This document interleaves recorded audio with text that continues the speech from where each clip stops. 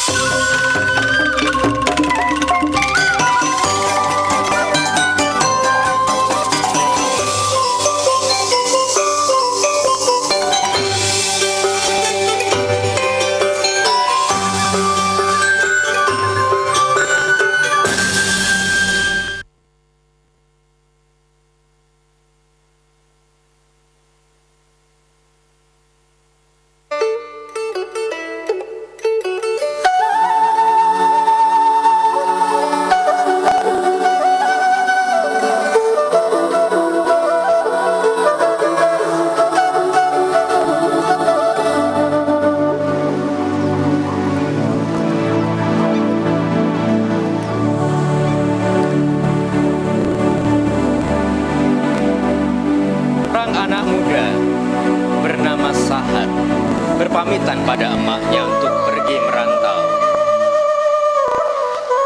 Sore itu cerah dan sinar matahari memancar menyelimuti pemandangan. Danau membiru di bawah kaki mereka, pucuk hutan pinus melambai di kejauhan, juga tebing-tebing yang menjulang dari sisi ke sisi. Sang emak murung mendengar kata-kata anaknya, terutama ketika didengarnya si Sahat itu berkata bahwa di tanah mereka itu tidak ada lagi kesempatan untuknya berkembang.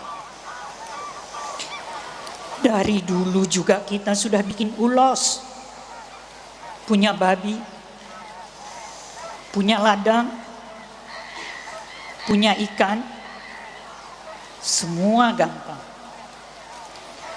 Kalau orang mau makan sedikit lebih enak, mereka pergi ke Pangururan.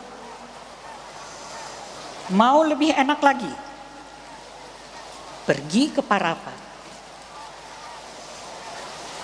Mau melancong sekali-sekali, ke Siatar. Sejauh-jauh pergi, ya ke Medan. Apa pula kau mesti ke Jakarta? Kesempatan macam mana pula yang kau cari? Sudah bagus kau punya pekerjaan seperti sekarang. Bisa ngomong Inggris, bisa ketemu gadis-gadis pula setiap hari. Lihat itu Dahlia, 10 tahun pergi ke Jakarta, tak pulang dia. Nanti kau sama pula dengan sepupumu itu, lupa kampung halaman. Sahat tahu semua omongan emaknya itu benar. Enggan ia membantahnya. Tapi meskipun demikian, ketika emaknya menyuruhnya untuk berpamitan di hadapan makam opungnya itu, Sahat tahu bahwa ia telah mendapat restu emaknya. Sore itu cerah dan sinar matahari yang tergelincir di balik punggung pusuk kuhit membuat pemandangan diselimuti warna keemasan. Sahat menggandeng emaknya, menyusuri pematang sawah ke puncak bukit di mana rumah mereka berada. Bila dua orang saling mengasihi bergenggaman tangan, siapa yang bisa menebak masa depan? Apakah mereka akan bisa saling bergenggaman tangan lagi kelak? Sahat, emak tidak pernah tahu. Segera segala sesuatu yang kita miliki akan segera dirampas waktu menjadi masa lalu. Dan malam itu sembari mengerjakan tenunannya, masa lalu itulah yang menyergap pikiran emak. Memang dunia tidak seperti yang kita bayangkan. Dulu Bapak si Sahat ini bukan sembarangan memilih tempat di sini. Inang, begitu katanya dulu. Digandengnya aku dengan tangannya yang kekar. Tangan yang kokoh mengolah tanah. Tangan yang gesit menangkap ikan. Dan diperlihatkannya padaku sebidang tanah ini. Rumah kita akan kubangun menghadap ke timur, Inang. Sehingga kalau kau buka jendela di pagi hari, sinar matahari akan masuk ke rumah kita. Di halaman belakangnya akan kutanam rumpun bambu, sehingga bila siang menyengat, kau akan tetap teduh karenanya. Di samping rumah, kutanam pohon-pohon kapuk, jadi kau bisa petik buahnya, dan lalu kau bisa pintal menjadi benang-benang untuk kain tenunmu. Kata-katanya benar. Sepanjang aku dampingi dia jadi istrinya, telah kutenun berpuluh-puluh lembar kain dengan benang yang tentu kupintal dari buah pohon-pohon itu. Semuanya ada di sini. Kuwarnai benang-benang itu dari kulit, getah, buah, dan dedaunan pohon-pohon yang ada di sini. Nangka, salaon, mangga, semuanya tersedia di sekeliling. Sementara dia ternakkan binatang-binatang peliharaannya. Dia anak pinakkan kerbau, babi, dan kambing. Daging kami tidak pernah kekurangan.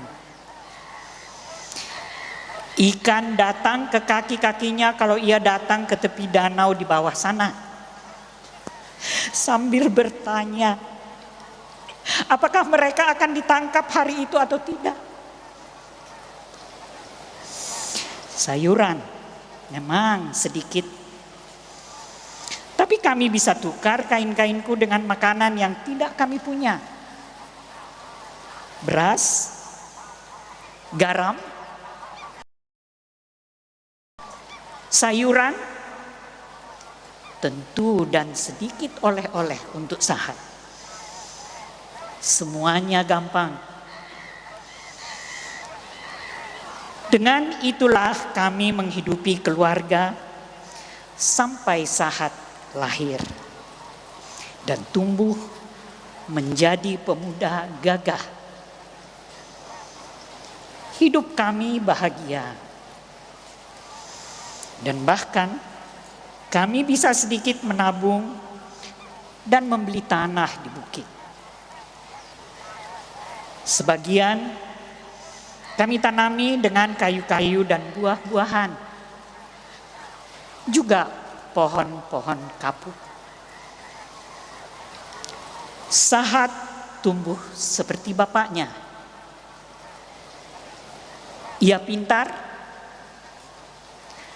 berdongeng dan menulis cerita. Ia gemar membaca buku. Jauh-jauh hari sebelum ia berniat untuk pergi dari kampung ini, pikirannya sudah mengembara kemana-mana. Ditulisnya kisah tentang orang-orang yang pergi jauh dan mencari ilmu. Orang-orang yang rindu kampung halaman tapi tak bisa pulang. Orang-orang yang bermimpi untuk bisa hidup dan beranak pinak di dekat makam opung-opungnya. Pikirannya berkelana ke masa depan.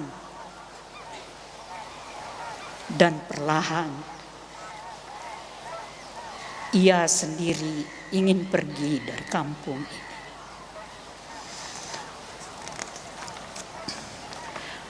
Amang Sahat, bagaimana kau bisa tinggalkan kampung yang kau angankan dalam tulisan-tulisanmu? Memang benar, dunia ini tidak seperti yang tampak. Apa yang tampak di depan mata kalah gamblang dibanding apa yang tampak di angan-angan. Sebab memang demikian manusia berkembang dan memperbaiki hidupnya. Tapi bukankah segala yang jahat dan yang baik lahir di benak kita? Sahat, anakku, kau begitu muda. Kuizinkan kau pergi menyongsong mimpimu. Hanya doa mak, jangan kau lupa diri. Kembangkan angan-anganmu, tapi jangan kau lupa diri. Jangan kau lupa dari mana kau berasal. Jangan kau abaikan apa yang sungguh-sungguh kau punya.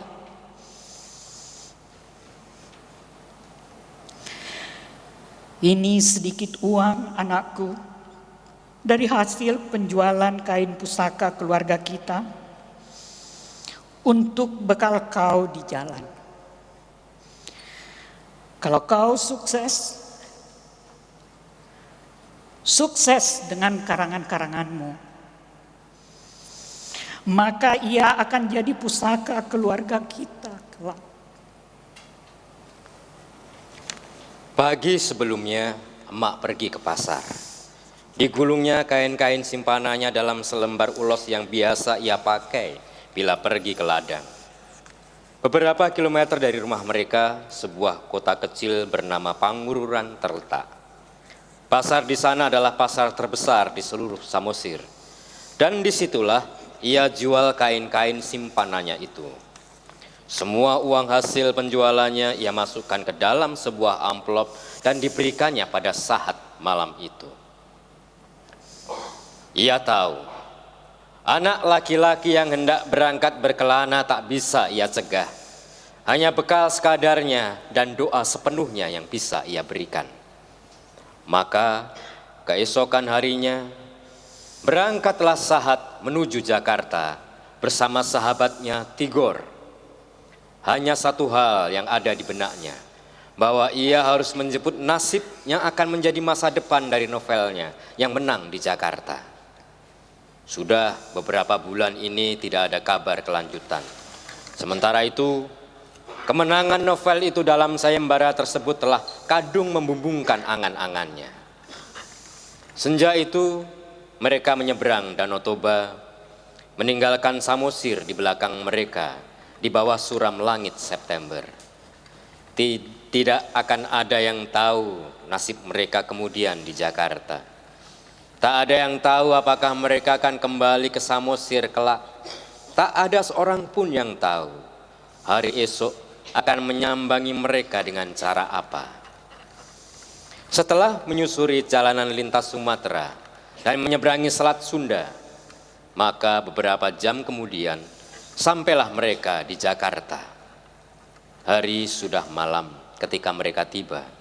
Lampu jalanan menyala dan Jakarta seperti dikerumuni kunang-kunang yang lapar. Jakarta yang Sahat impikan, Jakarta yang manis mulutnya, jalanan bersusun-susun seperti kue pengantin, dan bila malam tiba, jalanan itu berubah menjadi sungai cahaya yang dipenuhi ular bersisik gemerlap yang melata tak habis-habis di jalanan yang tak berujung. Ribuan, jutaan cahaya gemerlap melata memenuhi malam. Tapi sebelum kita lanjutkan kisah Sahat, marilah kita berpindah dulu pada seorang gadis yang tinggal di salah satu sudut kota Jakarta. Sudut itu bukan sembarangan sudut, sebab sudut kota yang ini adalah sudut di mana orang-orang paling berkuasa tinggal. Sebutlah sudut kota itu bernama Menteng. Di sebuah rumah besar yang mewah bercat putih, Mona tinggal bersama kedua orang tuanya, keluarga Maruli Nasution. Rumah itu bukan rumah sembarangan pula, sebab tepat di atas gerbang pintu rumah itu terdapat sebuah tulisan besar yang menyolok berbunyi Maruli Center. Dan bukan hanya itu yang membuat rumah itu menjadi istimewa, tapi juga ini. Ada sebuah baliho besar bergambar seorang laki-laki berambut putih dengan wajah penuh wibawa dengan tulisan namanya tercantum besar-besar. Beni Junjunan Nasution, calon presiden kita. Seluruh keistimewaan itu belum lengkap tanpa kita lihat pemandangan ini. Puluhan orang berkumpul mengantre di depan rumah itu, mengambil jatah bahan makanan yang dibagikan dalam kantung-kantung plastik. Mereka berkerumun seperti laron mengerumuni lentera. Di dalam rumah itu tinggallah Mona.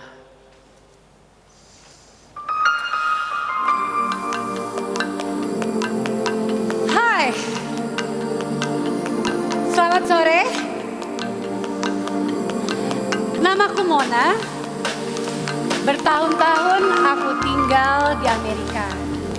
Aku belajar desain, belajar visual, belajar pemasaran. Aku belajar cara mengemas pesan, menyampaikan pesan, dan kadang-kadang lumayan sering mengelabui pesan. Pada mulanya jujur, itu adalah sebuah keasikan untuk bermain-main dengan pesan. Sampai kemudian pada suatu hari, Tuhan mengirimkan sebuah pesan untukku. Sebuah pesan dari Jakarta. Tahu apa? Papaku dituduh korupsi. Mereka mengabarkannya di koran-koran, di televisi, di media massa, di mana saja. Oh tidak, mereka tidak memenjarakannya. Dan bila kemudian Papa urung masuk penjara, aku juga nggak tahu apakah aku harus bersyukur atau aku harus mengubur diri. Karena jujur, aku tahu Papa pantas masuk penjara. Aku tahu Papa bergelimang uang, dan uang itu datang dari tempat-tempat gelap, kadang berkarung-karung dan seringkali cuma angka-angka yang berseliweran. Hidupku mudah, hidupku mewah, tapi hidupku resah. Sedikit demi sedikit aku tahu uang itu beredar di kegelapan. Untuk Papa membeli, untuk Papa menjual, untuk Papa memperdagangkan kepercayaan. Dan seringkali nama baik Papa juga. Kalian tahu apa pekerjaan Papa? Ada yang tahu? Ya, Papaku adalah seorang pengacara yang sangat handal. Lambat laun uang itu berseliweran bukan hanya memperdagangkan nama baik, tapi juga kekuasaan. Maka kini taulah aku bahwa aku dididik di Amerika agar aku bisa belajar sebaik-baiknya, mengemas pesan dan mengabarkannya pada halayak. Ia menyekolahkan aku di Amerika untuk kemudian aku akan dikirimnya dalam pertaruhan nama baik yang ia perdagangkan untuk para penguasa di luar sana. Akulah si pembawa pesan. Akulah si pengkabar dengan berita yang telah dipesan dan diolah lebih dahulu. Aku mengirimkannya ke media massa, aku menitipkannya pada para pemilik media massa, kolega Papa tentunya, dan aku bahkan juga menyebarkannya sendiri dengan media yang kami buat sendiri, dengan pesan mengkilat yang kami gosok sendiri. Ya, namaku Mona. Aku direktur media dari kantor papaku, Maruli Center. Sekarang ini kami sedang bekerja untuk memoles, menggosok, dan memancang tinggi-tinggi sebuah bendera Beni Junjungan Nasution agar orang percaya bahwa ia adalah seorang calon presiden yang pantas untuk negeri ini.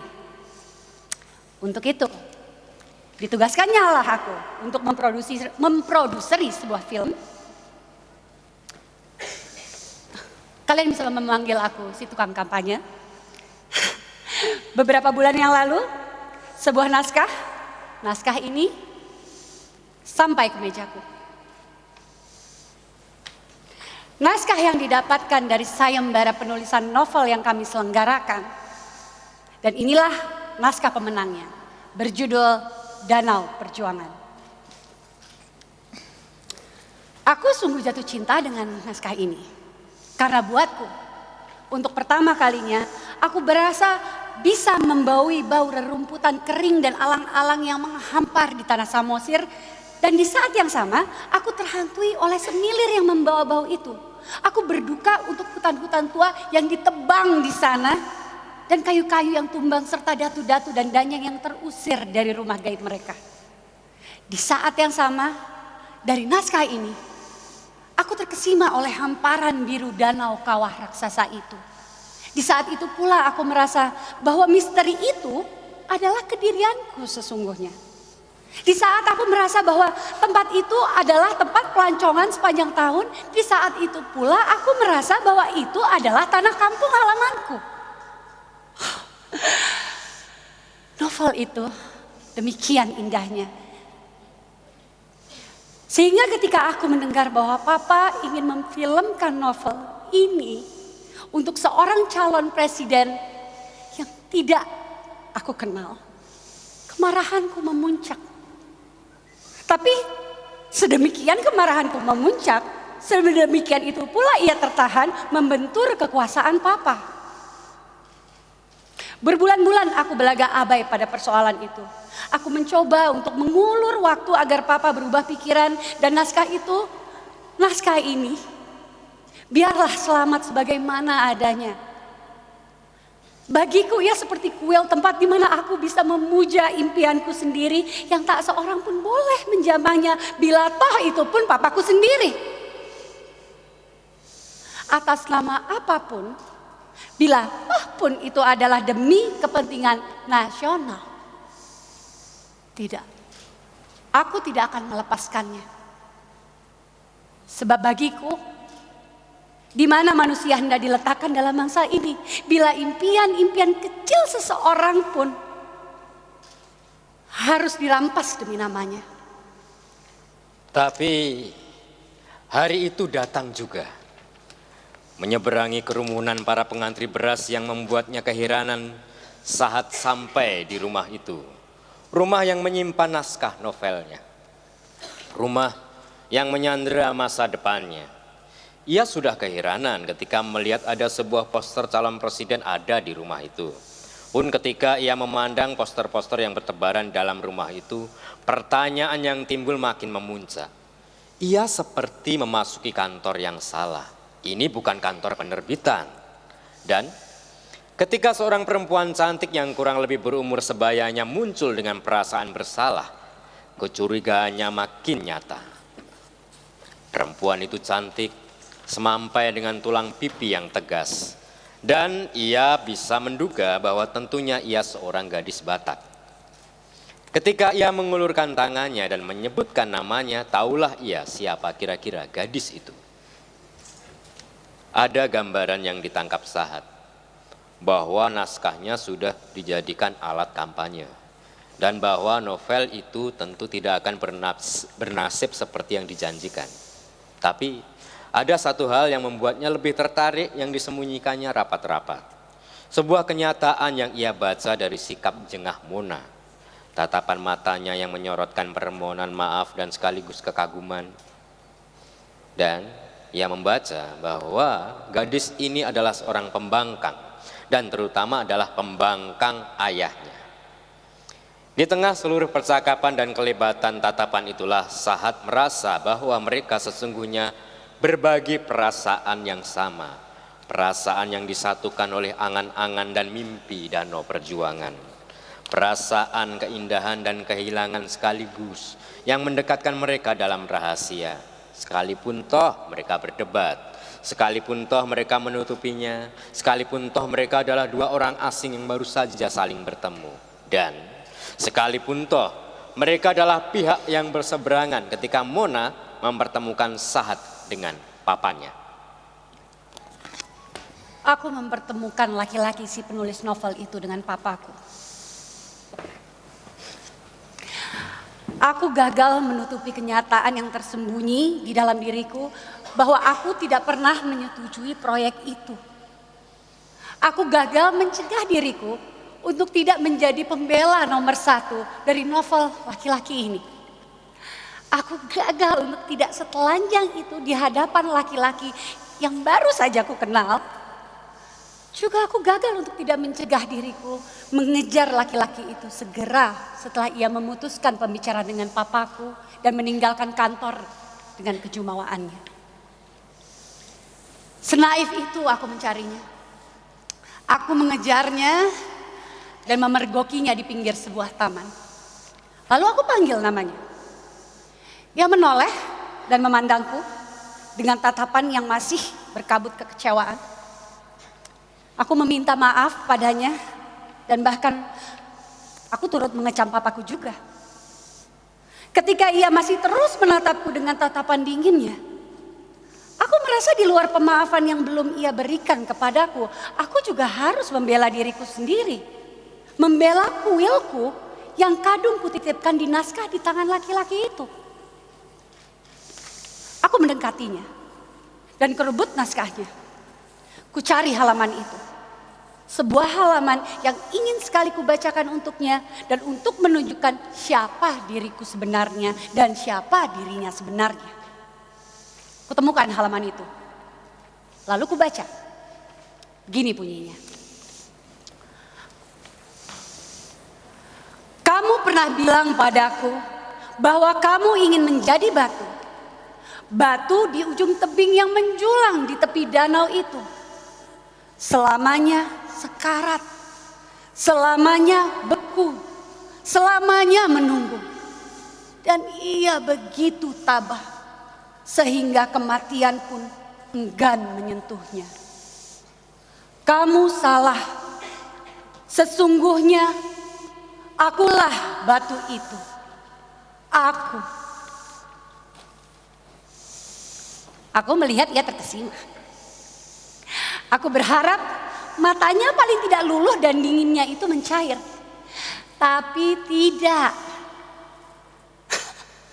Ia malah menatapku tajam-tajam dan merebut naskah miliknya kembali dari tanganku.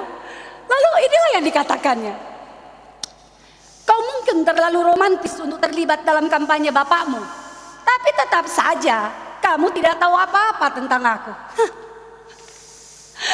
Laki-laki itu meninggalkan aku di pinggir taman itu.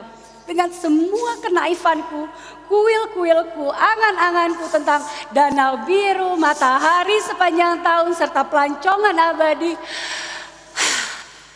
Ia meninggalkanku begitu saja. Sahat pergi meninggalkan Mona dengan perasaan yang campur aduk. Batinnya bergemuruh, ia merasa telah tertipu. Setelah melata di ranting pohon ara dan menipunya dengan pengetahuan Jakarta adalah ular yang gemerlap yang melata di jalanan tanpa ujung. Kemiskinan tersingkir ke kali-kali dan got-got yang mampet berubah menjadi cacing yang menggeliat dan tinggal di antara rumah-rumah yang berjejalan di antara sebuah kampung di mana Sabar tinggal.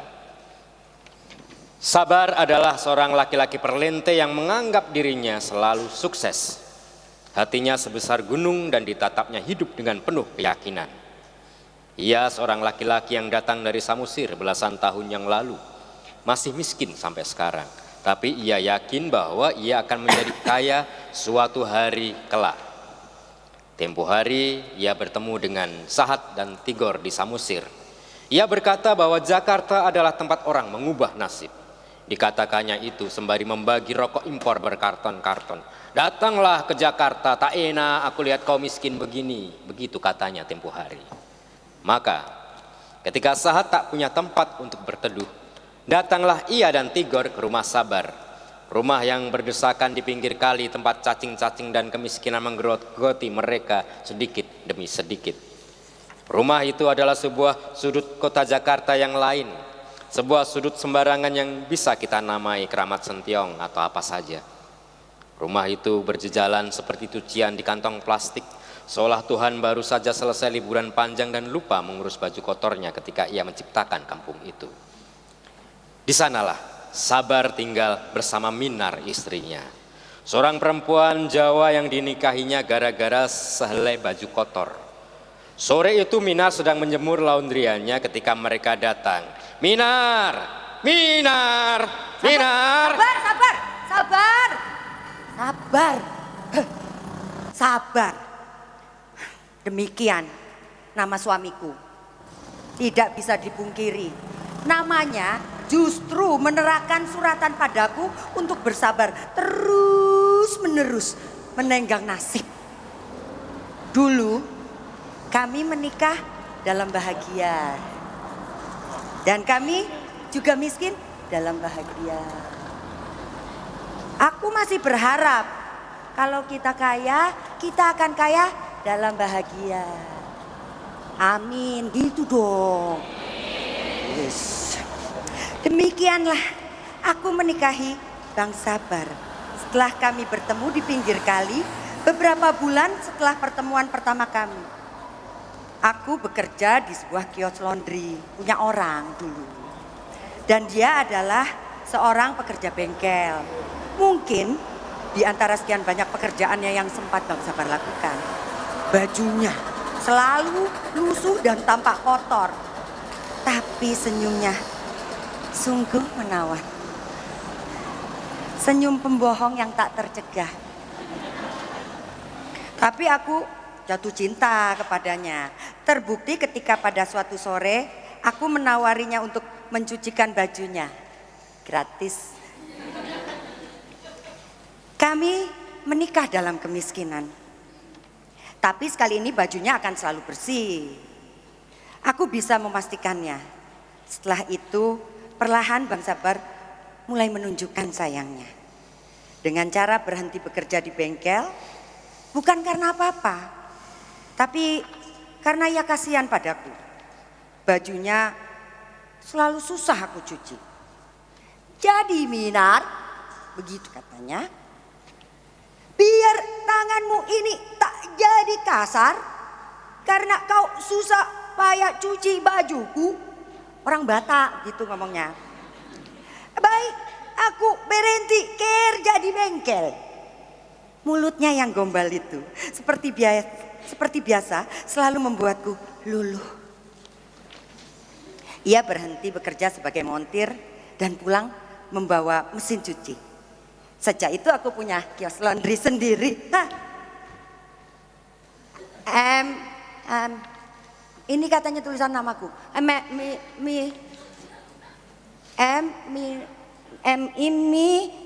MINDER.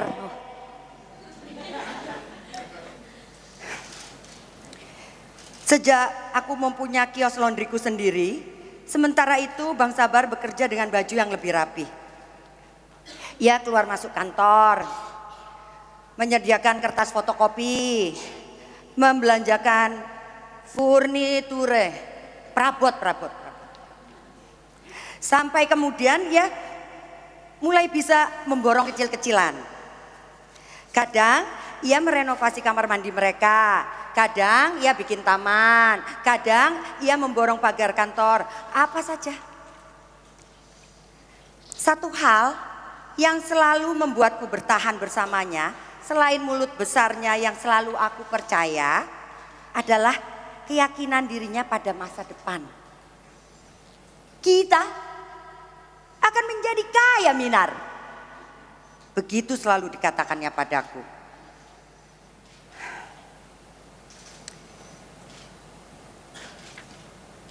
Meskipun kadang rumah kami bocor, kehabisan beras, atau bahkan ketika jalanan di depan rumah kami itu separuhnya longsor ke kali, kami masih di pinggir kali sebagaimana kami dulu bertemu. Sebagaimana setelah kami menikah dan ketika kami miskin seperti sekarang. Tapi Minar, kita akan kaya. Aku mempercayainya. Bukan karena aku ingin jadi kaya, tapi karena aku tahu bersama Bang Sabar aku akan bahagia. Demikianlah pada suatu hari datang 2 orang anak muda dari kampungnya suamiku, Samosir. Salah satu diantaranya adalah Sahat. Anak muda ini pendiam dan tampaknya banyak berpikir. Mereka datang dalam keadaan lusuh dan tampaknya kelaparan. Lusuh, lelah, lapar, tapi siap sukses di Jakarta seperti Bang Sabar. Tapi nampaknya pagi-pagi mereka sudah ditampar sama Jakarta. Dalam keadaan lelah mereka sampai di rumah sepupu mereka. Hanya untuk menemukan kerabatnya itu dengan wajah cemberut. Segan ketambahan lagi 2 orang penumpang gelap dalam kehidupannya yang sudah sukses itu. Oh, tidak dengan kami. Tentu saja rumah kami ini terlalu sempit untuk ditambahi 2 penghuni lagi. Tapi hati kami terlalu luas untuk menolak mereka. Hati kami seperti kali mampat di depan rumah kami. Selalu ada tempat untuk apapun yang datang ke sana. Seperti Jakarta yang tak pernah kekurangan tempat untuk para pemimpi. Jadi tinggallah mereka di rumah kami. Anak muda yang satu itu, Sahat, tampaknya adalah seorang pendiam dan pemurung. Ia datang untuk mengejar mimpinya, menerbitkan novel. Tapi lagi-lagi Jakarta telah menamparnya. Novelnya mau difilmkan oleh seorang calon presiden yang fotonya terpampang di gang pinggir kali itu. Anehnya dia menolak. Wong novelnya mau dibikinin film kok ya ditolak. Kan dapat duit. Orang ikut kampanye aja dibayar gocap. Akhirnya saat sukses. Sukses nganggur. Tapi bukan Bang Sabar kalau kehabisan akal. Dia malah belikan si Sahat itu mesin ketik-ketik tuh yang ada TV-nya. Komputer. Dengan itu, kata Bang Sabar, Sahat akan bikin garangan yang lebih dahsyat, lebih laku, lebih menghasilkan hepeng. Namanya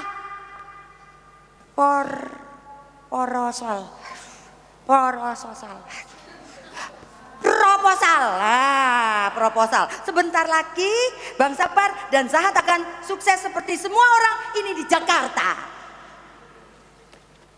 Sukses.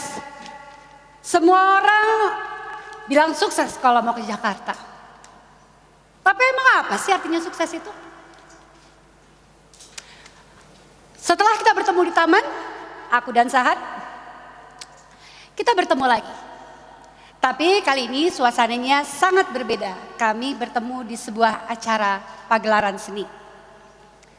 Mungkin aku merasa bersalah atau mungkin aku memang menginginkannya. Sepulang dari pagelaran itu, kami duduk di sebuah kafe di atas gedung tertinggi di puncak Jakarta. Temaram lampu di tempat itu. Kami duduk berhadapan dan kurasa aku membayangkan sebuah percakapan yang akan mendekatkan kami berdua akan segera terjadi. Pelayan menuang minuman dan kurasa kepalaku sedikit ringan ketika aku berdiri di pinggir balkon memandang Jakarta yang terhampar di bawah kami dan berkomentar, bahwa 10 juta manusia di Jakarta di bawah sana mereka hidup berdesakan di atas tumpukan tinjanya sendiri. Tapi lagi-lagi jawabannya terdengar sinis buat. Dia bilang, tapi kau Mona, kau dari Amerika kembali ke sini-sini juga. Ya benar juga sih. Tapi aku terkejut dengan kata-katanya. Ia seperti sedang mengadiliku. Dan masih diteruskannya lagi. Ia berkata tajam dan menjawab bahwa, hei, gak semua orang punya rumah sebesar aku. Tidak semua orang berkesempatan hidup nyaman seperti aku. Lalu diteruskannya lagi, belum puas juga dia. Bahwa aku tidak tahu kenapa orang-orang datang dan hidup berdesakan di Jakarta.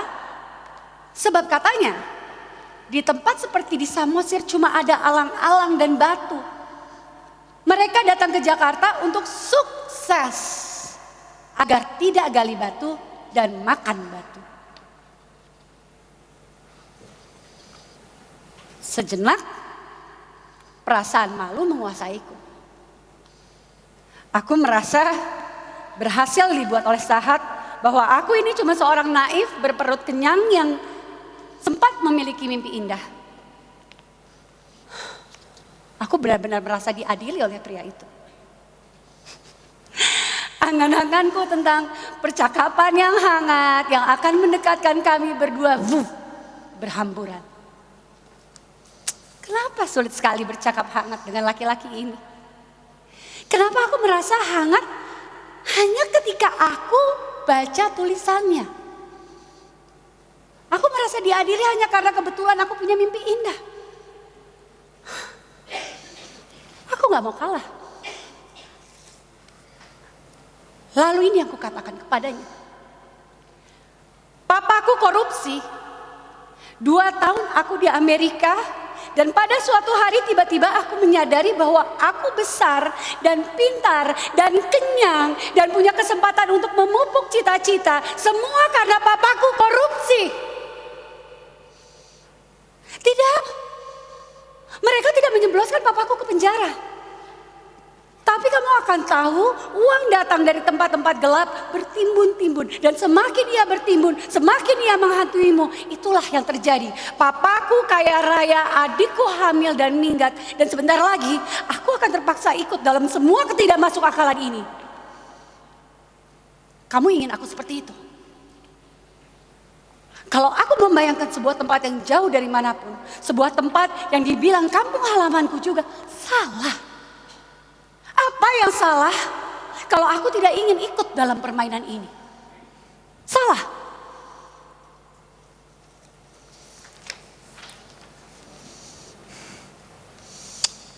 Dan kurasa dia menatapku seperti menatap seekor binatang yang terluka dan tak berdaya. Tatapan Sahat melembut dan tiba-tiba aku merasa bahwa sesuatu luluh dalam dirinya. Aku merasa jauh di dalam dirinya. Yang memelukku dan meminta maaf. Tapi kenapa semua laki-laki harus begitu? Kenapa aku harus jadi binatang yang terluka agar dia memelukku? Kenapa mereka harus jadi penyembuh, pengobat, pelindung, pembenar agar mereka mau berbuat sesuatu? Kenapa semua di dunia ini harus tentang ego mereka? Tapi aku menyerah. Aku menyerah pada pikiran-pikirannya. Aku menyerah pada dingin sikapnya, kesinisannya. Sebagaimana aku telah menyerah pada keindahan karyanya jauh sebelum malam itu. Sahat dan Mona lalu bercinta dalam pikiran masing-masing. Dalam kenaifan dan kemurnian perasaan Mona, atau mungkin juga dalam pemberontakan yang tak disadarinya terhadap papanya, Maruli. Sementara itu, diajar kenyataan yang tak mau berpihak kepadanya, Sahat limbung diam-diam. Seperti seorang samurai yang kehilangan tuannya, seorang pejuang yang tak lagi yakin pada kemuliaan peperangannya. Jakarta bermulut manis Ia membujuk dan merayumu sebagai seekor ular gemerlap yang melata dalam kegelapan, mengetuk pintu mimpi-mimpi, sahat dan menjanjikan cahaya. Sementara di bawah ranjangnya, septic tank rumah mereka yang sempit menumpukan tinja-tinja mereka sendiri, meninabubukan mereka dalam bantal guling kemiskinan. Sahat tenggelam dalam dirinya, dihantui pada saat terjaga, dibayangi pada saat terlelap. Lalu sabar memberinya jalan, membujuknya untuk menulis sebuah karangan yang lebih dahsyat daripada novel, lebih laku, lebih menjanjikan duit. Sabar menyuruhnya menulis proposal.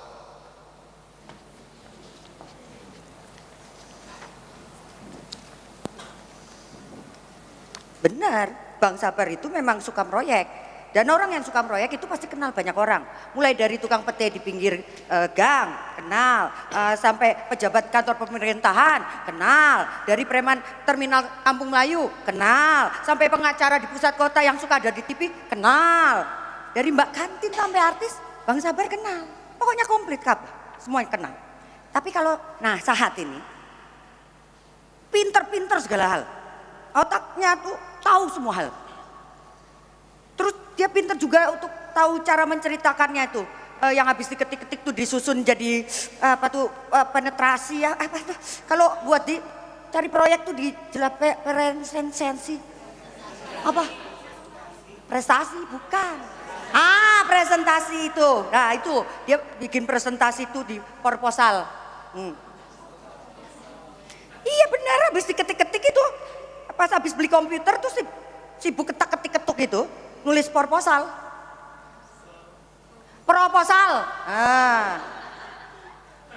Jadi Bang Sabar selalu bilang, Minar, sebentar lagi kita akan kaya. Ini proposal ini, Minar, ini bisa bikin duit. Aku percaya Bang Sabar, sama Bang Sabar selalu percayalah. Biarpun bohong aku tetap percayalah. Tapi apa iya kertas itu diketik-ketik bisa jadi duit? Bawa-bawa proposal tuh bisa bikin orang kaya. Kalau beneran, mataku mendelik beneran kalau beneran kaya gara-gara proposal itu. Wes, aku meskipun enggak mudeng, aku selalu percaya omongan Bang Sabar ini benar. Karena bersama Bang Sabar, aku akan bahagia. Meskipun begitu, Sahat ini malah tambah pendiam.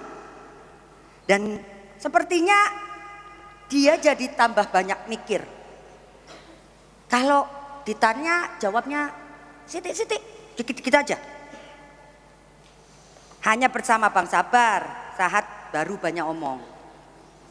Sama aku enggak. Apalagi sama Tigor. Malah kadang-kadang ada yang disembunyikan. Seperti menyembunyikan tulisannya biar enggak dibaca Tigor. Tigor? Belum aku ceritain soal Tigor ya? Aku lupa. Aku lupa soal Tigor ini. Gini, Tigor ini anak yang apa adanya. Yang waktu datang dari Samosir itu berdua. Gak banyak omong. Tapi memang karena gak ada yang dibicarakan. Bukan karena menyembunyikan sesuatu. Tapi emang anaknya baik. Semua orang disapa. Semua orang dibantu. Malah aku dengar dia ini pernah bantu preman terminal kenalan Bang Sabar yang dikeroyok dan mau dibunuh. Habis itu dia malah dapat kerjaan di terminal yang tempatnya Bang Preman itu. Katanya Bang Preman itu mau balas budi. Akhirnya Tigor bantu-bantu Bang Preman nguasain terminal, ngambil setoran, jaga keamanan. Dan setelah punya duit, terus dia pindah kos deket-deket sini. Katanya gak enak menu-menuhin rumahku yang emang udah gak muat lagi untuk ditumpangin orang. Tapi sering dia main ke sini, masih sering. Nyari Sahat, ngobrol, gitaran, bata ya, kumpul gitaran. Tapi ya itu, Sahat kok malah suka diam-diam kalau Tigor datang. Kayaknya enggak mau diajak ngobrol. Tigor sebenarnya juga berubah. Anak itu tambah diam, tambah nggak banyak omong. Memang anaknya begitu kali sifatnya. Tapi kayaknya anak itu ada yang dirasakan. Jadi beban-beban gimana gitu. Aneh ya. Udah punya kerjaan, punya duit, tapi kok nggak nambah sumringah. Aku nggak punya duit, tere sumringah aja. Kayaknya anak itu, dua anak itu tuh sudah berubah. Jakarta kok bikin mereka berubah. Tapi bukan hanya orang yang jadi berubah begitu sampai di Jakarta, nasib juga bisa berubah. Dan perubahannya sering gak dinyana-nyana. Pada suatu hari, Bang Sabar gak pulang-pulang. Bang Tohib gak pulang-pulang. Katanya meeting sama pejabat. Pulang-pulangnya mukanya riang gembira. Pulang-pulangnya dia ngoceh kayak wong gendeng. Katanya, kita sudah kaya Minar, kita sudah kaya. Karena Bang Sabar ikut perlombaan proposal dan proposal itu menang dan bisa beli rumah baru, rumah gedongan seperti orang kaya.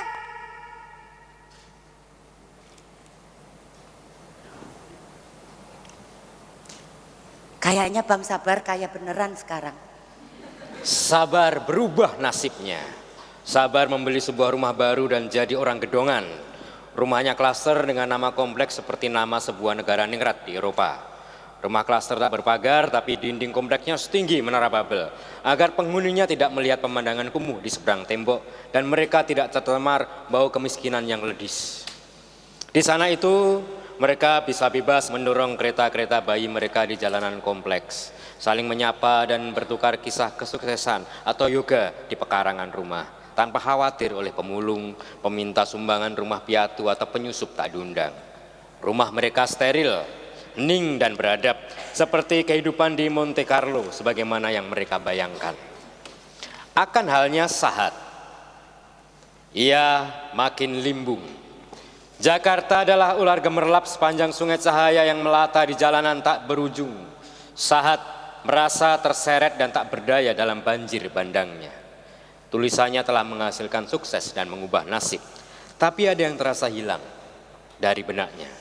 Sesuatu yang sanggup membuatnya berdiri kokoh di atas kakinya dan berteriak pada dunia sebagai orang yang merdeka. Kemerdekaan itu sudah kadung digadekannya. Ia tak mau pulang ke kampungnya di Samosir sebagai orang kalah. Dan pada saat yang sama, hubungannya dengan Mona telah berkembang semakin jauh. Di satu sisi ia sebenarnya telah menjadi seorang yang berbeda dengan yang Mona bayangkan. Tapi di sisi lain, Mona seperti menawarkan sebuah sekoci bagi dirinya yang sedang tenggelam. Maka cinta lalu bisa punya 1000 wajah. Cinta memberinya alasan untuk menyelamatkan hidupnya yang karam, atau keinginannya untuk selamat memberinya alasan untuk mengatakan cinta. Kejahatan dan kebenaran datang dari benak yang terdalam. Sahat terseret dan tenggelam. Ia tidak mampu mengenali yang terdalam itu. Ketika kemudian ia datang kepada Maruli dan ditanya, apakah ia sungguh-sungguh mencintai Mona? Sahat menjawab tanpa ragu, iya, saya mencintai Mona. Di tangannya tergenggam karyanya, novel Danau Perjuangan itu, kuil Mona yang berharga itu, dan disodorkannya naskah itu kepada Maruli. Sahat, dunia ini memang tampak seperti yang sesungguhnya. Tidak semua orang pandai adalah orang baik. Tidak semua kata-kata manis berbuah manis pula.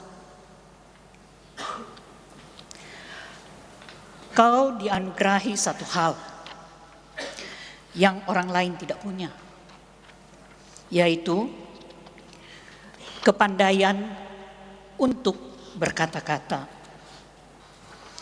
kepandaian untuk mengabarkan, kepandaian untuk mempengaruhi.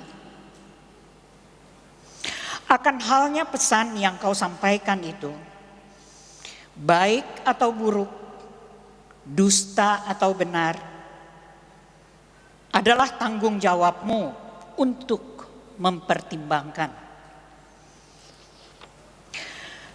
Kau adalah si pembawa pesan, dan semestinya kau tidak akan mendustakan apa yang dititipkan kepadamu. Seberapapun kau akan celaka karenanya, seberapapun kau akan jadi miskin karenanya, seberapapun kau akan disingkirkan, seberapapun kau akan kalah, kau adalah pembawa pesan, bukan pembawa dusta. Karenanya, sahat, tugas yang kau pilih untuk kau panggul sesungguhnya sangatlah berat. Dan dengar kata Mak, di dunia ini sepanjang waktu lamanya tidak ada pembawa pesan yang berjalan baik-baik saja menuju kemuliaan. Mereka dihina, mereka dimusuhi, mereka difitnah, dan tidak jarang menjadi tumbal. Tapi anakku, aku tahu itulah jalan hidup yang kau pilih. Mak sadar betul, dharmamu bukanlah dharma seorang yang menerima nasib. Dharmamu bukan dharma seorang yang mengirimkan babi. Dharmamu bukan dharma seorang yang duduk diam dekat Mak. Meskipun Tuhan telah mengirimkan babi, kerbau, ikan, pohon-pohon kapuk serta danau yang indah ke halaman rumah kita, tatapanmu jauh melambung ke dunia masa depan yang emak tak akan pernah bisa sambangi. Kau adalah milik hari esok, sedangkan emak datang dari masa lalu yang sebentar lagi akan usai. Amang, sahat, sore ini lembayung datang lagi di langit barat. Hati emak berdesir mengingatmu. Emak ganti spray kasurmu itu pagi tadi, juga sarung bantalmu, seperti seolah besok kau akan pulang ke rumah ini. Mak berdoa agar kau tidak terjerumus tipu daya di Jakarta, tipu daya dan kejahatan orang lain, dan terutama tipu daya serta kejahatan dirimu sendiri. Sebab sungguh malaikat dan iblis tidak tinggal di mana-mana. kecuali di lubuk hatimu yang terdalam.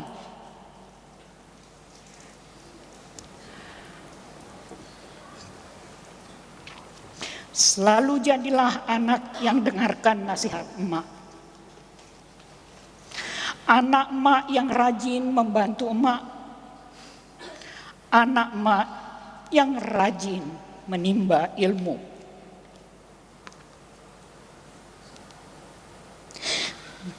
Bila kelak sudah dapat, jangan kau lupa diri. Sebab lupa diri adalah penyakit yang terhebat. Selalu ingatlah dari mana kau berasal. Selalu ingatlah bahwa sebelum kau berangkat, kau sudah minta restu di depan opungmu. Janganlah kau sia-siakan restu itu. Malam ini, emak berdoa agar kau sungguh jadi orang dan bisa kau tunaikan tugasmu yang berat itu, agar karanganmu itu sukses dan jadi pustaka keluarga kita yang baru.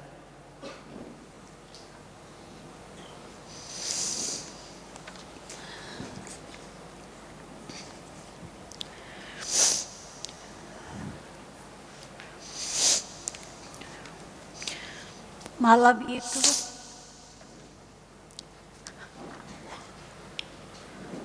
ada dusta tersimpan di bawah ranjang pengantin kami.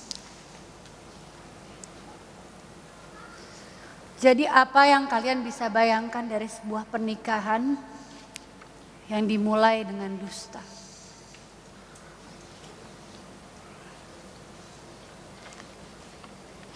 Demikianlah namaku, Mona.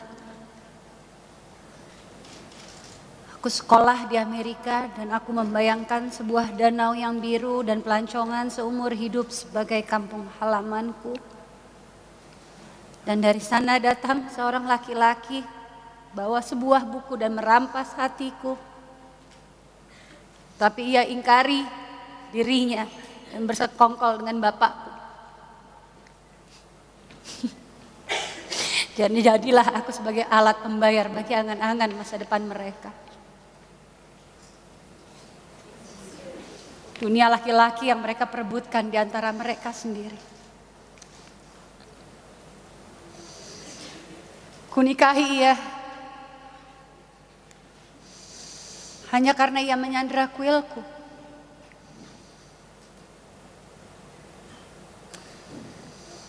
Bisa jadi aku cuma mencintai laki-laki yang hanya ada di angan-anganku sendiri. Laki-laki yang tak pernah ada.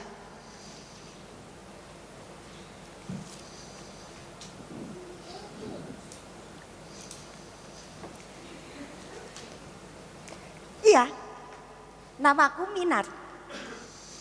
Minar namaku. Kaya miskin, Minar tetap cinta sama Bang Sabar. Apapun tidak akan dapat mengubahnya, meskipun itu adalah Jakarta yang telah mengubah nasib kami. Malam itu, Bang Sabar berpesta. Ia panggil kawan-kawannya sekampung, semua kawannya yang sudah sukses duluan. Ia tunjukkan rumah baru kami kepada mereka. Ia membanyol tentang seorang petani karet yang mati karena turun berok akibat terlalu lama memikul bongkahan karet sepanjang hidupnya. Ia membanyol tentang kemiskinan. Ia membanyol tentang semua hal yang kami punya dulu. Bukan hanya membanyol, tapi juga mengejeknya. Bang Sabar, hatiku kok teratapan mendengar caramu tertawa. Hatiku kok gak terima kamu mengejek siapa kita dulu. Atau semua orang yang sama dengan kita. Jangan lupa daratan Bang Sabar. Kaya miskin, Minar tetap cinta apa? Jangan lupa diri. Minar nggak mau. Minar nggak kenal lagi sama Abang Sabar. Duh Gusti, ada apa ini? Lala, lala, reggae tumba, si reggae tumba, enak sengko, sengko, sengko, sengko dainak, sengko, sengko dainak, sengko, sengko dainak, sengko enak sengko, sengko, tri lala, si reggae tumba, si reggae tumba, enak sengko, sengko. Sengko, sengko dainak, sengko, sengko dainak, sengko, sengko dainak, pembacaan sengko, dramatik Bulan di Atas Kuburan. Tepuk tangan untuk Atika Siolan, Ria Irawan, dan Mutiara Sani. Jika masih penasaran dengan ceritanya, masih penasaran dengan akting mereka, tonton filmnya Bulan di Atas Kuburan. Terima kasih. Tanggal 16 April. Tanggal 16 April jangan lupa. Di bioskop, serbu bioskop nonton kita Bulan di Atas Kuburan. Ya. Bulan di Atas Kuburan, sampai ketemu di layar bioskop. Terima kasih.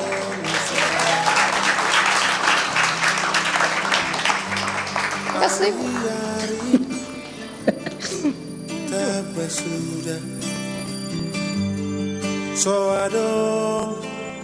Terima kasih atas kehadiran Anda di Auditorium Galeri Indonesia Kaya. Sampai jumpa di pertunjukan kami selanjutnya. Cinta budaya, cinta Indonesia. Nung alam lo dyan, mami